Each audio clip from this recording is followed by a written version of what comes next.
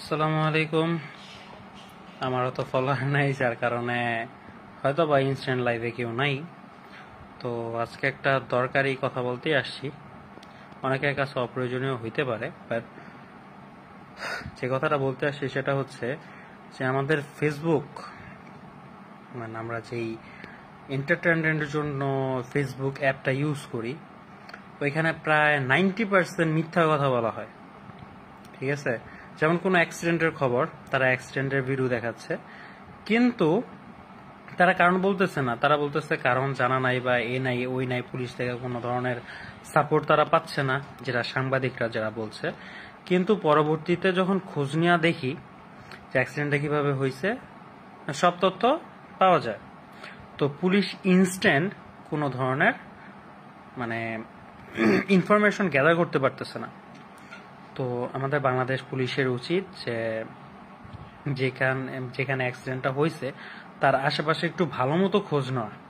অনেকে হয়তো বা পুলিশকে ভয় পায়, স্বাভাবিক ভাই। পুলিশের যেই মানে রূপটা আমরা দেখে আসছি কিছুদিন আগে, তো ওইখানে অ্যাকচুয়ালিতে পুলিশ এরপর থেকে মানুষ পুলিশটা একটু বেশি ভয় পায়। আর একটা পুলিশের উপরে ক্ষোভ চলে আসছে যে পুলিশ দেখতে মাইরা ফেলবো, এরকম একটা টাইপ। এখন আর্মি আসার পরে দেশটাকে একটু হলেও শিথিল করা গেছে, বাট পুরোপুরি করা যায় নাই। তো আমার সবার কাছে একটাই রিকোয়েস্ট থাকবে, ভাই, কোনো জিনিসের ফুল ইনফরমেশন না নেওয়া পর্যন্ত আপনারা ওই খবরটা পাবলিশ করবেন না। যেটা ইমার্জেন্সি যতটুকু করা উচিত, যে হ্যাঁ অ্যাক্সিডেন্টটা হয়েছে, কিভাবে হয়েছে, পরবর্তী লাইভে অথবা পরবর্তী পোস্টে আপনাদেরকে আমরা জানিয়ে দিব। ঠিক আছে, কোনো ভুল ইনফরমেশন যাতে কেউ না দেয়।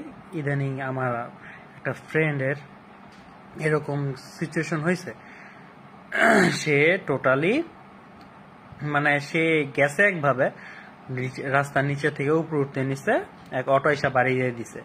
এখন আশেপাশের মানুষ বলতেছে যে ওই বাইকওয়ালা নাকি অনেক জোরে আসতেছিল আর অটো মেরে দিছে। ঠিক আছে, আর বাংলাদেশ সরকার যে নিয়মগুলো তৈরি করছে আমাদের বাইকারদের জন্য, যদিও আমার বাইক নাই, একসময় ছিল, তখন রক্ত গরম ছিল, একটু জোরে চালাইতাম গাড়ি, যার কারণে আমি সেল করে দিছি। এখন নিজের কাছে নিজে মনে হয় যে আগের দিনগুলো খুব বোকামে ছিল, আমিও একটা ইনশাল্লাহ বাইক কেনার চেষ্টায় আছি।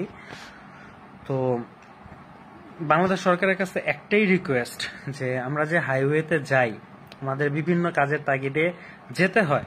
ঠিক আছে, বাস দিয়ে যদি যাওয়া শুরু করি, যত বড় মানে কোম্পানির বাসেই উঠি বা সিটিং বাসে বা বিভিন্ন ধরনের বাসে উঠি,